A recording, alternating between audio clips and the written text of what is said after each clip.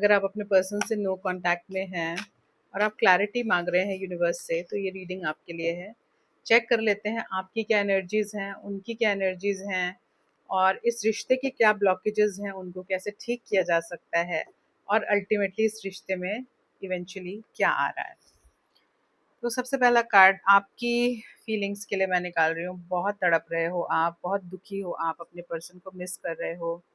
आपके पर्सन से मुझे आपका कुछ ऐसा लग रहा है कि कुछ वर्क रिलेटेड नाता रह चुका है। आप लोग की कोई ऑफिशियल मीटिंग रही होगी इनिशियली, जो धीरे धीरे फ्रेंडशिप में बढ़ी, फिर फ्रेंडशिप रिलेशनशिप में, सिचुएशनशिप में।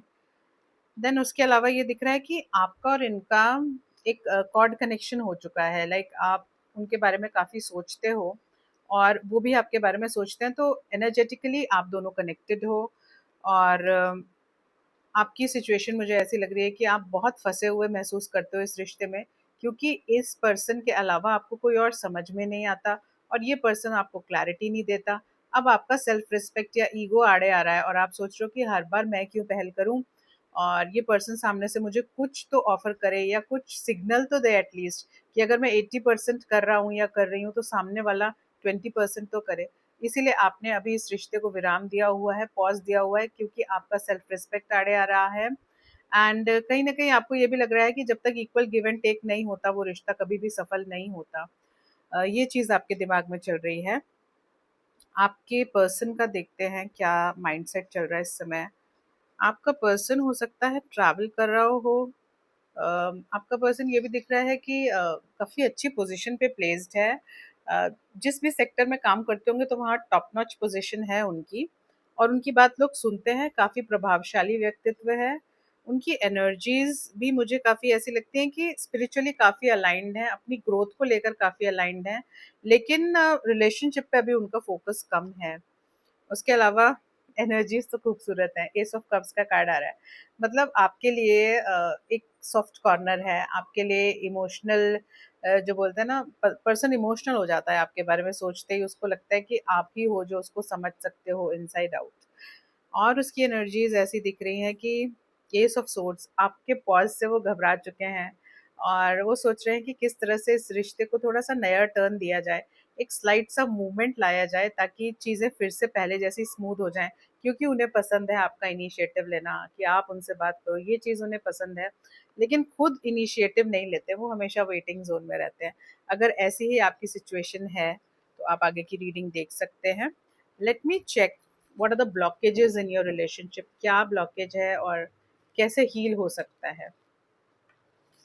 तो आपकी रिलेशनशिप में जो ब्लॉकेज ये है कि अभी ना इनिशियल फेज पे है रिलेशनशिप। आप दोनों कमिटमेंट में जाने से डरते हो, पर्टिकुलरली आपके पर्सन कमिटमेंट में जाने से डरते हैं, क्योंकि कई बार उनका कमिटमेंट हुआ और वो टूटा है, इस वजह से वो फेयरफुल हैं।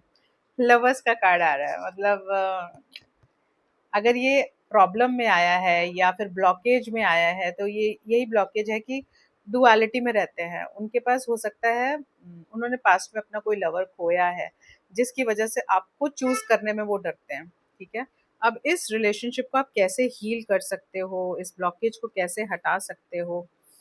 पेज ऑफ वॉन्ड्स, ठीक है, पेज ऑफ सोर्ड्स, सारे pages, the devil and wheel of Fortune. मतलब ये रिश्ता ना, आप चाहोगे नहीं चाहोगे, ये अपने आप ही आपके रास्ते में बार बार आएगा, और तब तक आएगा जब तक आप इस रिश्ते पे अमल नहीं करते, इसको स्मूदन नहीं करते। और ये मुझे लगता है जिम्मेदारी ही आपकी बन रही है कि आपको इस रिश्ते को ठीक करना है। अ, आपने ये जो पॉज लिया था ना थोड़े टाइम का, आपने जो अपने आप को पुल बैक किया था, अपनी एनर्जीज वापस ले ली थी, तो ये पर्सन ना बहुत ज़्यादा बेजार हो चुका है एंड मैनिफेस्ट करता है आपके बारे में, इतना सोच रहा है कि आपको भी बहुत ज़्यादा मिसिंग एनर्जी महसूस हो रही है। अब इसको हम कैसे हील करेंगे, कि सबसे पहले तो देखो, इंट्रोस्पेक्शन करो। अगर आपको ये रिश्ता वाकई चाहिए, तो एक मैसेज आपके लिए आ रहा है कि आप एक स्लाइड सा मैसेज कर दो, एक हल्का सा चेक इन कर लो कि आप कैसे हो। इतना ही बहुत होता है किसी रिश्ते को थोड़ा सा हल्का सा पुश देने के लिए, जहाँ पर वो रिश्ता अटका होता है।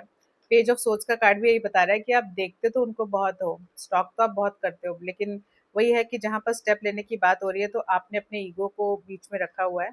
उस ईगो को ही हटाने की बात हो रही है। थोड़ा सा इंट्रोस्पेक्ट करो, और जहाँ पर प्यार होना वहाँ थोड़ा ईगो को साइड में रख देना चाहिए।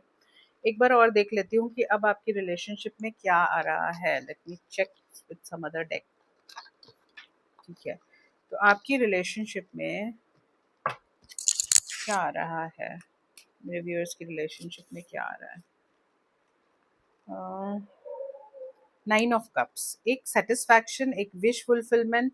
और जो आपका एक ओवर थिंकिंग वाला ये था ना कि आप बड़े पेशेंस से बैठे हुए थे कि सामने वाला आएगा, और आप ओवर थिंकिंग में भी फंसे हुए थे कि मैं तो नहीं पहल करूंगी या करूंगा, अब सामने वाला ही आएगा। आप उस लूप से निकलते हुए दिख रहे हो, क्योंकि आपको ये पता है कोई मुझे चूज करे ना करे, मैंने तो खुद को चूज किया ही हुआ है ना। तो कुछ भी हो जाए, रिश्ता अगर छूट भी जाता है तो भी विन विन सिचुएशन है। आपको ये पता चलेगा कि सेल्फ लव की कितनी ज्यादा अहमियत है, और अगर रिश्ता आगे चलता है तो भी विन विन सिचुएशन है। तो आप एनी केस आप विन विन सिचुएशन में दिख रहे हो मुझे। और स्ट्रेंथ का कार्ड ये बता रहा है कि आपकी ना रिजिलियंस, आपका इनर स्ट्रेंथ, कुछ तो ऐसा है आप में जो आप इस रिश्ते को नहीं जाने दोगे, और वो पर्सन भी इसी इंतजार में बैठा है कि आप पहल करो। ठीक है, तो कोशिश करो नो कॉन्टैक्ट को ब्रेक करो, जस्ट स्लाइड चेक इन देकर। एंड इस रीडिंग को क्लेम करने के लिए टाइप कीजिए स्ट्रेंथ।